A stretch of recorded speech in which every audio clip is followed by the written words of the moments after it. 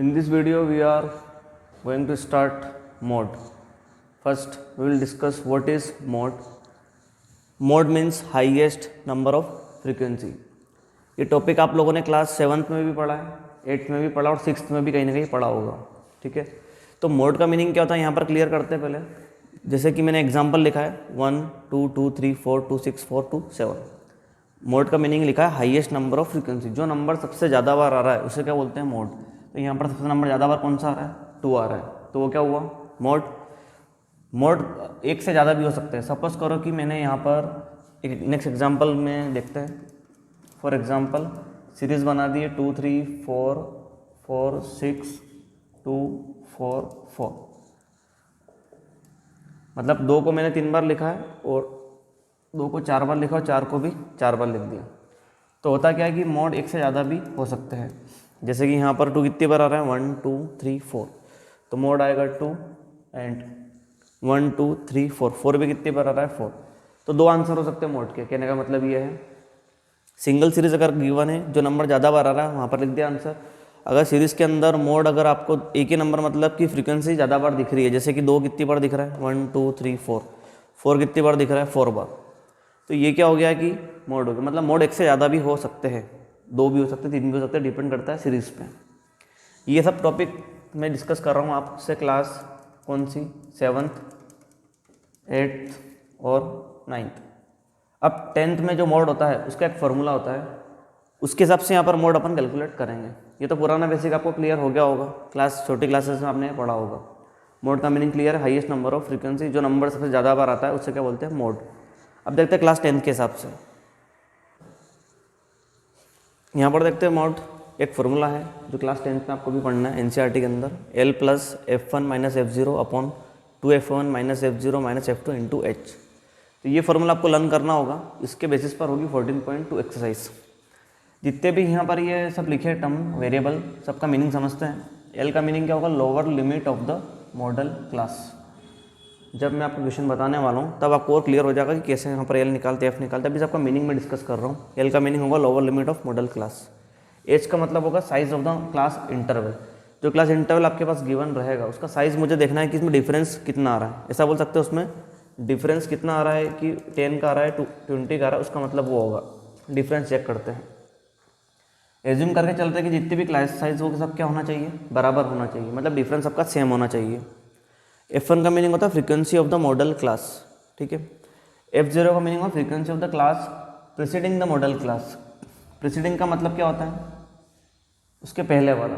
ठीक है, P से याद रख सकते हैं. प्रीसीडिंग मतलब उसके पहले वाला जो होगा उसको बोलेंगे F0. F2 का मीनिंग क्या है, frequency of the class succeeding the model class. Succeeding मतलब उसके जस्ट बाद वाला.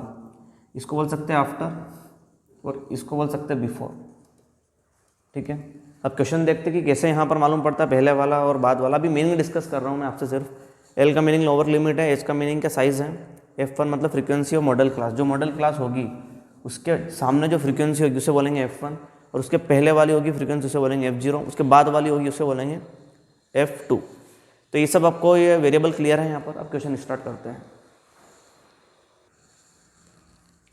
अब क्वेश्चन जैसे मैंने यहाँ पर लिया है 14.2 का क्वेश्चन नंबर 2.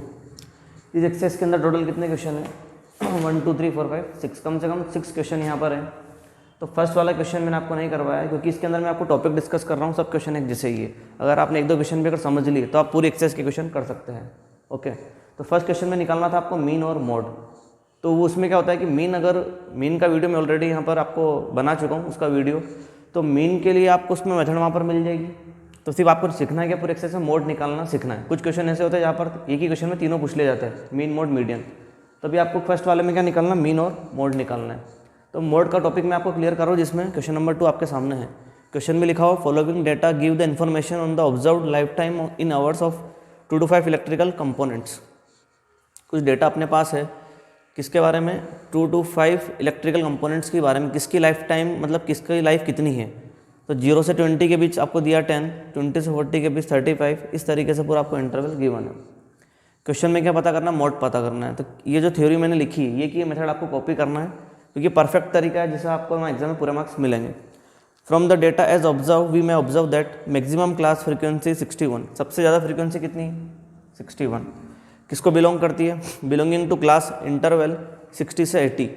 किसको बिलोंग करती है? इंटरवल 60 से 80 को बिलोंग करती है। तो यहाँ पर सबसे ज़्यादा जो फ्रीक्वेंसी होती है उसी को बोलते हैं मॉडल क्लास। तो मॉडल क्लास क्या होगी? 60 से 80 हो गई है। अब लोअर लिमिट क्या होती है? जो लेफ्ट साइड में होता लोअर लिमिट, राइट साइड में होती है अपर लिमिट। तो ये यहाँ पर क्या है? 60 है। तो F1 क्या होगा? F1 ऑफ मॉडल क्लास वो क्या होगा? 61। मतलब F1 आपके पास क्या होगा? 61 होगा, क्योंकि उसके सामने जो फ्रीक्वेंसी है उसे बोलते हैं F1। F0 क्या होगा? F0 of class preceding the model class. F0 मतलब उसके पहले वाला मतलब ये 52, ये हो गया F0। और F2 का मीनिंग क्या होता है? Class succeeding the model class के जस्ट बाद वाला, वो क्या होगा? 38।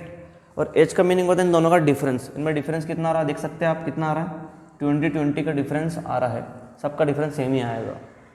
तो इस तरीके से सभी आपको वेरिएबल मिल चुके हैं। क्लियर? अब करना क्या है? फॉर्मूला यूज़ करना और वैल्यू पुटअप करना है। देखते हैं यहाँ पर, ठीक है। एक चीज़ और यहाँ पर देख लेते हैं कि जैसे कि ये आपके सामने हो गया F1, तो उसके पहले वाला F0 और उसके बाद वाला क्या? F2। मतलब लाइन से जमेगा सीक्वेंस 0, 1 और 2। ये याद रखना, कभी कन्फ्यूजन हो तो 0, 1, 2 सीक्वेंस क्या रहेगा? इस तरीके से रहेगा।